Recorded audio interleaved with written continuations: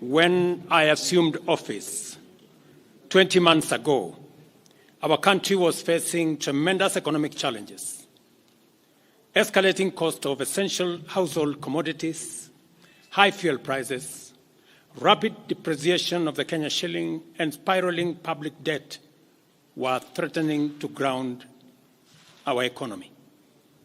My administration has worked hard and consistently so that today the prices of essential commodities like unga have dropped from 240 shillings for a 2-kilogram packet to Kenya shillings 100, majorly attributed to our fertilizer subsidy program, the resilience of our farmers, and good rains that were given to us by God. During the period, we reduced the price of fertilizer also from 7,500 to 2,500. Petrol prices have come down from a high of 217 to now 187 a litre. The shilling has strengthened against the dollar from a high of 165 to now 127, 128. We have made significant progress in pulling the nation back from the brink of debt distress. Our debt situation is better managed, and our budget now has space for investment and in programs aimed at easing the hardship on vulnerable people and creating opportunities for our young people. Our GDP grew by 5.6% last year, ranking Kenya among the 27 fastest growing economies in the world. Our inflation figures have fallen from a high of 9 and 8 in May last year to 5% in April this year. It is instructive for the nation to know that for every 100 shillings we collect as taxes, we spend 61 shillings in debt service. We have paid Kenya's Eurobond debt that was borrowed in 2014 of $2 billion that has been hanging around our neck. We paid the last installment of $500 million last week. Today, Kenya's debt burden is much less, more sustainable, and we are on course to redeem our country from the discomfort of debt and assert our sovereignty. Early this year, Treasury had proposed a budget of 4.18 trillion. I did direct that it be reduced by 200 billion to come down to 3.99 trillion. The Finance Bill 2024, generated to actualize this budget, underwent public participation, which resulted to concessions by which we agreed to drop proposals on VAT on bread, motor vehicle circulation tax, VAT on locally manufactured diapers and sanitary pads, as well as excise duty on money transfer services, among others. The additional tax measures we had proposed in this year's finance bill were to raise money in the tune of 346 billion. When the concessions were made, subsequent to public participation that was undertaken by Parliament, that came down to 200 billion. I had made this proposal taking into account our situation and the priorities that are there. I want to thank the members of Parliament seated behind me and those who voted yes for identifying the priority areas of our nation. Because when I made the proposals to Parliament with my cabinet, we had certain critical priorities for the nation. Number one is our agriculture. We did make recommendation, and part of the money we were going to raise from the finance bill was 10 billion shillings that will go to fertilizer subsidy, 18 billion shillings that would go to making sure that junior secondary school teachers, 46,000 of them would be confirmed on permanent and pensionable basis. We are very clear in our minds that education being the greatest equalizer, no child in Kenya should go to a school where there is no teacher or where there are no adequate teachers.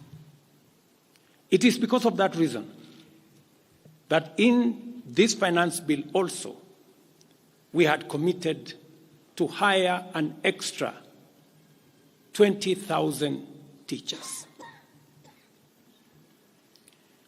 We also had envisioned, because of the program of last mile connectivity to homes, especially in rural areas, we had committed 14.5 billion shillings, 50 million for every constituency for the last mile connectivity. Because we realize that there are many people who today cannot go to hospital because they cannot afford, because they have no health insurance.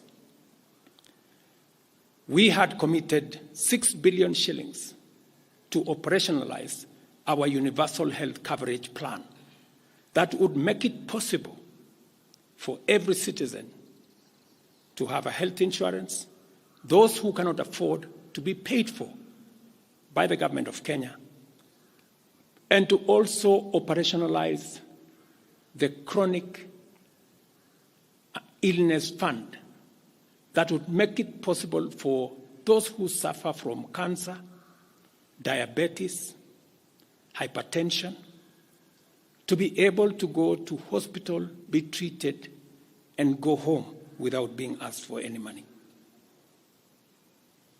We also had planned to put in money for our coffee farmers to retire the heavy debts that are bedeviling our coffee farmers. We also had allocated money for our sugarcane farmers to make sure that our sugarcane farmers get out of the debts that they're in. We had also committed to our milk farmers 2 billion shillings to make sure that every farmer is paid a minimum of 50 shillings per litre, to make sure that these farmers, very hard-working citizens of our nation, get a fair return for their hard work and for feeding our nation. And that is why I commend these members of parliament for agreeing with us that all the priority areas I have mentioned were the right priorities to be funded. And by so doing, they supported the proposal to incorporate also the views of the people. These members of parliament came back to us after they went to listen to the people of Kenya. And they came back and reduced the budget on their own by 146 billion shillings. Notwithstanding all these concessions, it has become evident that members of the public still insist on the need for us to make more concessions. And because I run a government, but I also lead people, and the people have spoken, I am grateful to all the members of the National Assembly who voted yesterday affirmatively for the Finance Bill 2024 as amended on the floor of the House to incorporate the views generated through public participation. And following the passage of the bill, the country witnessed widespread expression of dissatisfaction with the bill as passed, regrettably resulting in the loss of life, destruction of property, and disintegration of constitutional institutions. On my own behalf, and on behalf of these members and many other Kenyans, I send my condolences to the families of those who lost their loved ones in this very unfortunate manner. Consequently, having reflected on the continuing conversation around the content of the Finance Bill 2024, and listening keenly to the people of Kenya who have said loudly that they want nothing to do with this Finance Bill 2024, I concede, and therefore I will not sign the 2024 Finance Bill, and it shall subsequently be withdrawn, and I have agreed with these members that that becomes our collective position.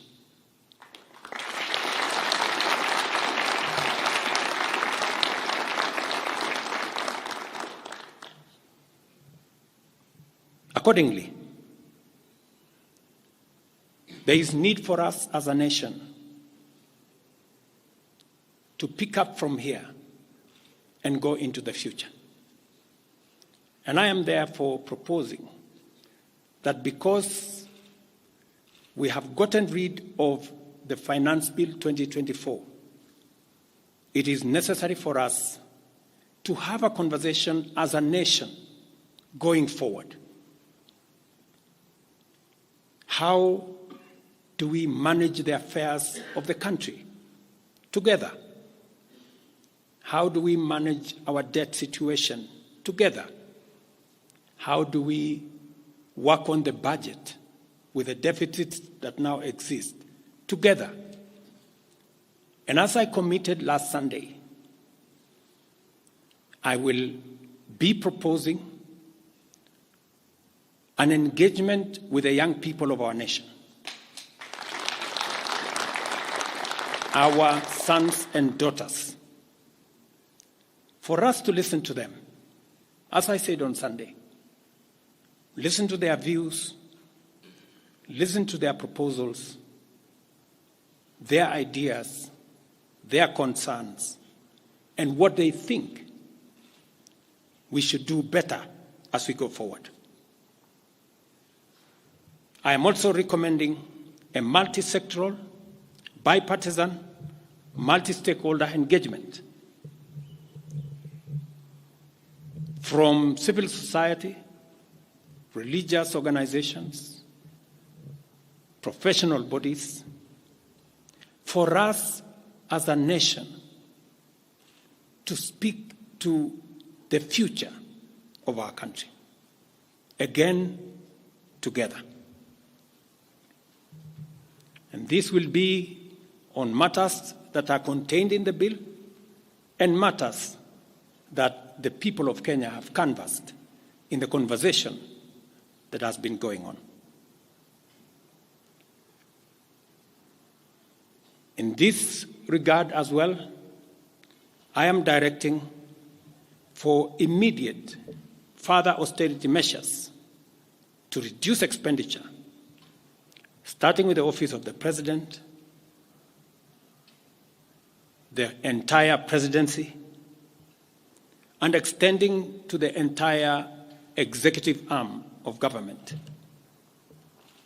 Operational expenditure in the presidency be reduced to remove allocations for the confidential fort, reduced travel, hospitality, purchase of motor vehicles, renovations, and other expenditures. This will cover the entire presidency and also the executive arm of government. I also propose that equally, Parliament, the judiciary, and county governments, working with the National Treasury, also undertake budget cuts and austerity to ensure that we do live within our means, respecting the very loud message that is coming from the people of Kenya.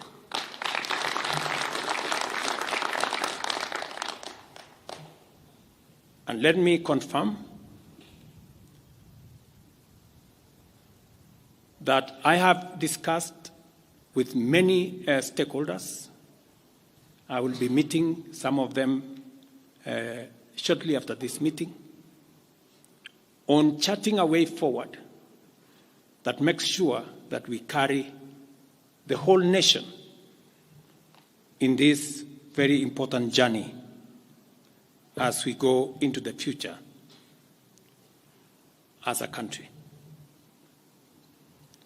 Let me also confirm that as we deal with austerity, the loud message on dealing firmly, decisively, and expeditiously with corruption is a matter that we have discussed and we have agreed that it will take the front burner as we go into the future. We will continue to do this and carry out this very important conversation. And I want to remind us that we should proceed within the foundational principles upon which our nation is founded, namely constitutionalism, adherence to the rule of law, and respect for constitutional institutions. We must continue to operate within the parameters of the law. I thank you.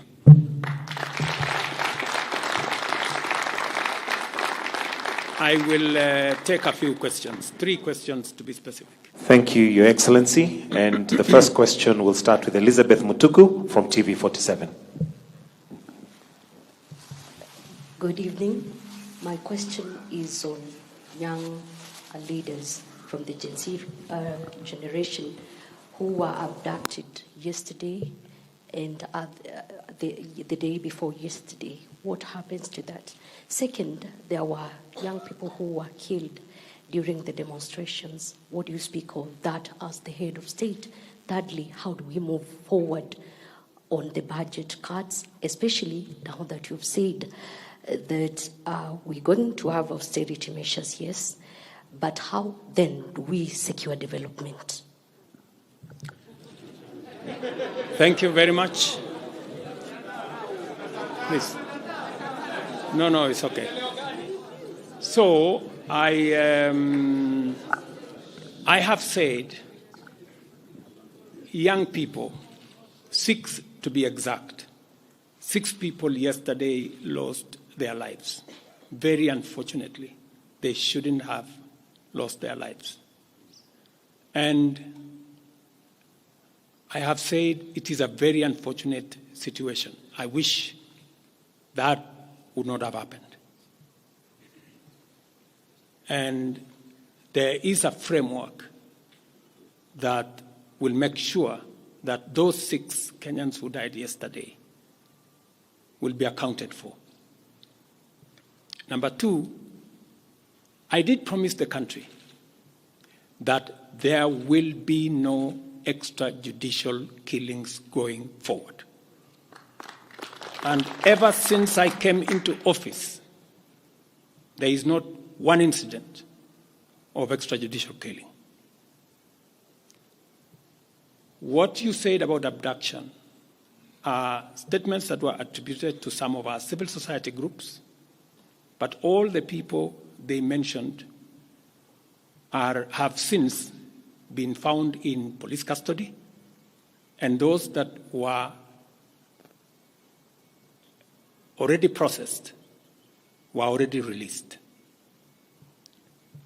On the matter of development that you have said, minus the finance bill, it means that some of the development programs amounting to 200 billion shillings, we will have to cut down, to delay them. They will have to wait, some of them, for next year. We will try it again. We will try next year to find some money.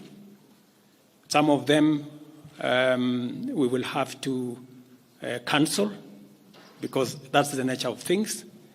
And it is because the people of Kenya have spoken loudly that they want a leaner budget for us as a country. Question number 2. We'll take the next question from Busara, K24. Naam, swali langu la kwanza ni wazi kwamba matumaini ya vijana wa Gen Z na baadhi ya Wakenya kwa wabunge yamepungua kabisa ama hata yamepotea. Kwa hivyo kama rais unachukua hatua gani kuhakikisha kwamba tunawahusisha vijana katika maamuzi muhimu hasa katika masuala ambayo yanalenga taifa ama ujenzi wa taifa? Swali lingine, je, utahakikisha vipi uwazi katika mpango wako wa kupunguza matumizi serikalini? Maana yake umesema kwamba kuna austerity measures. Je, kutakuwa na transparency? Na swali la mwisho, ningependa kujua kama pengine kutakuwa na fidia kwa wale ambao walifariki, hususan kwa familia kwa wale ambao walifariki hapo jana, na je, serikali itasimamia malipo ya wale ambao wako hospitalini hivi sasa wanapokea matibabu kutokana na majeraha waliopata hapo jana? Asante. Thank you very much. About 214 Kenyans were involved in various skirmishes, and many of them went to hospital. 95 of them were treated and released.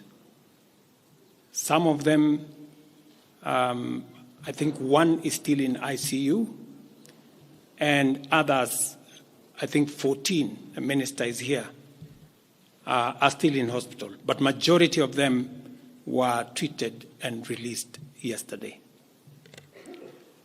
As I have told you, on those who lost their lives, there will be a mechanism of how they will be accounted for. On the young people whom you have said, how do we listen to them? Let me say the following. Number one, I did make a very clear, determined program to create opportunities for young people to work. It was in our manifesto. It is in my plan. As I talk to you, 3 of the programs are going on.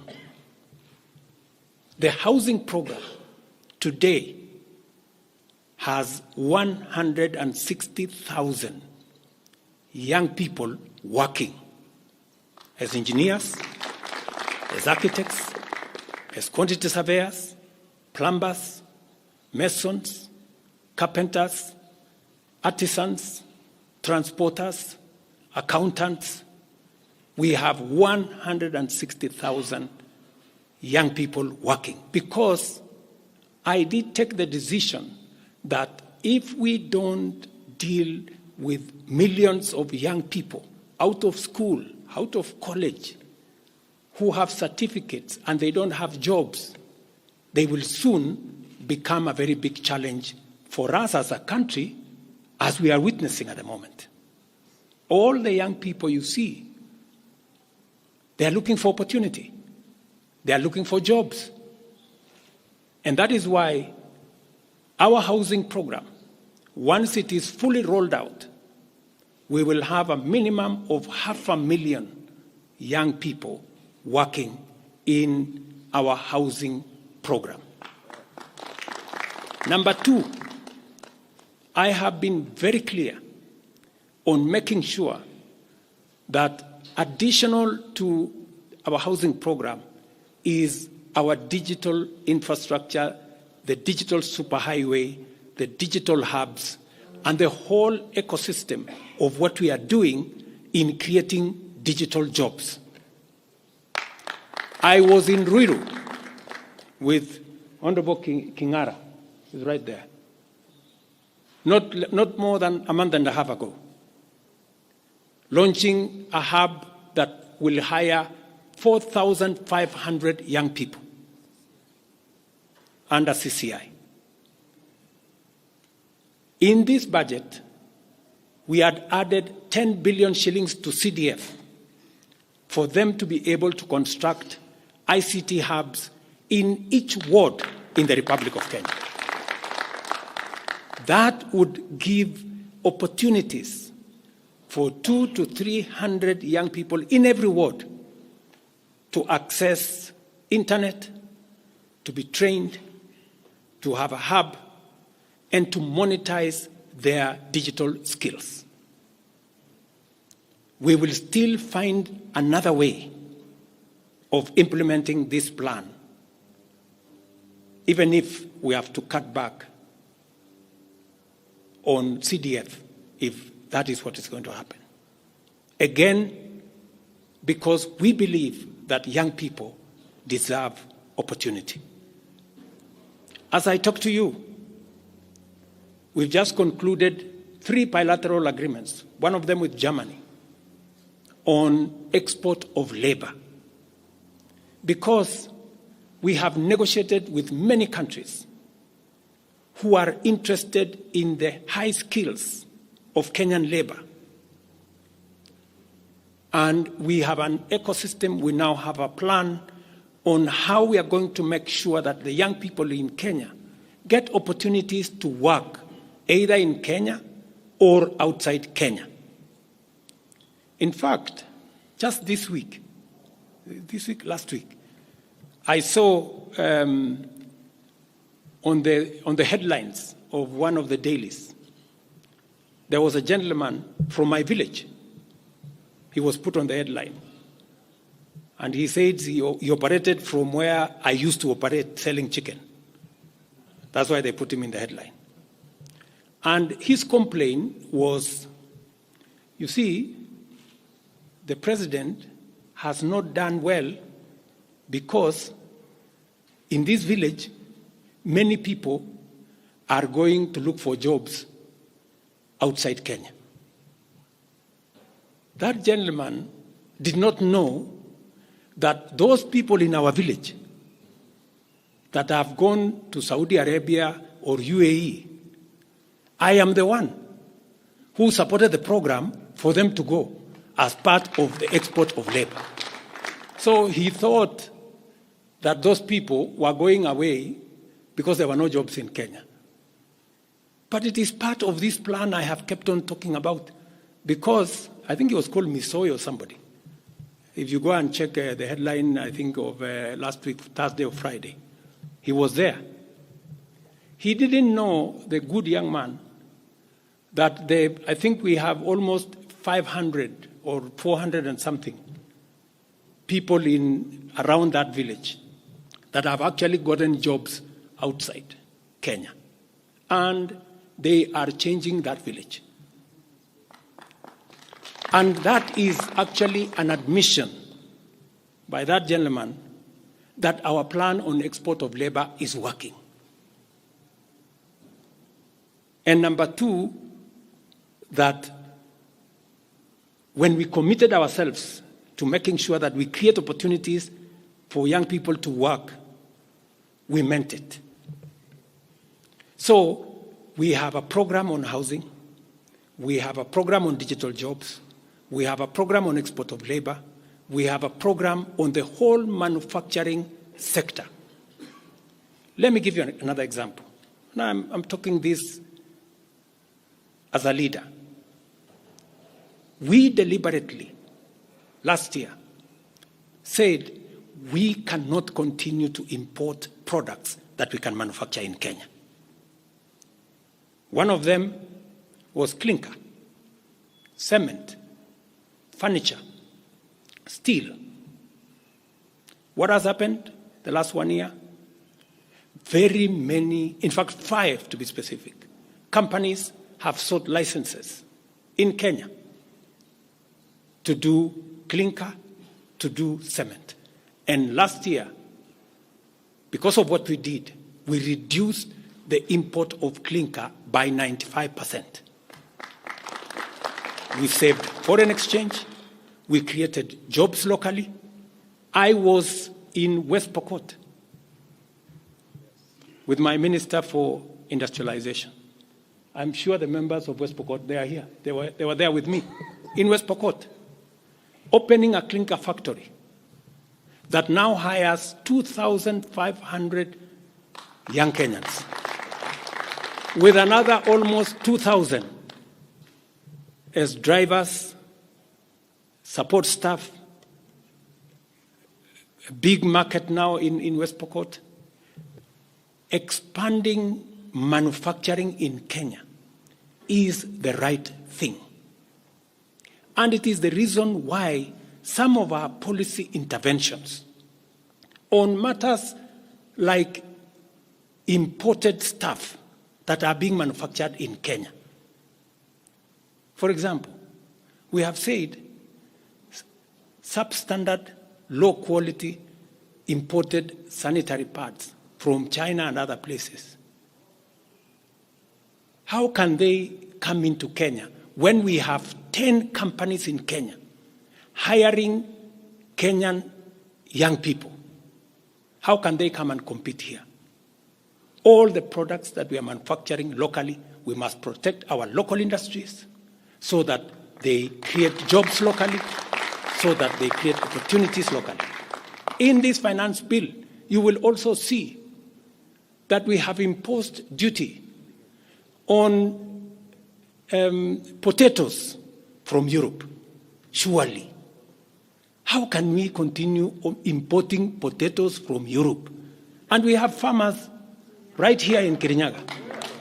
We have farmers right here in Nyandarua, in Molo, in Timau. How can we justify? How can anybody take offense that we have imposed duty on imported potatoes? We have put duty on imported eggs, on imported onions, because we must protect our local farmers. Every country does that. Every country does that. I was negotiating with the Prime Minister of India because they are imposing duty on our avocados. I was in Korea negotiating with the government of Korea because they are imposing duty on our tea, on our coffee, and on our macadamia, including our avocados. Every country does that to protect their market, unless there is a mutual agreement. So these are amongst the things we are doing to make sure that we grow our local manufacturing, create local jobs, create local wealth. That is how we are going to move forward as a country. We cannot continue to be a supermarket for other people's factories.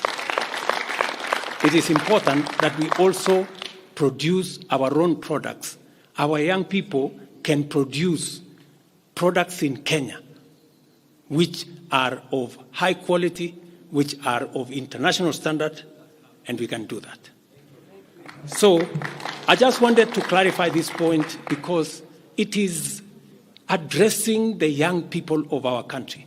And I am looking forward to a conversation with my sons and daughters, the young people of this nation, to explain to them the opportunities that they have, and I want to listen to them. What additionally do they want me to do? What can we do better? And how can we move the country forward together? Thank you very much. Thank you, Excellency. That marks the end of the question session. Thank you very much, Your Excellency.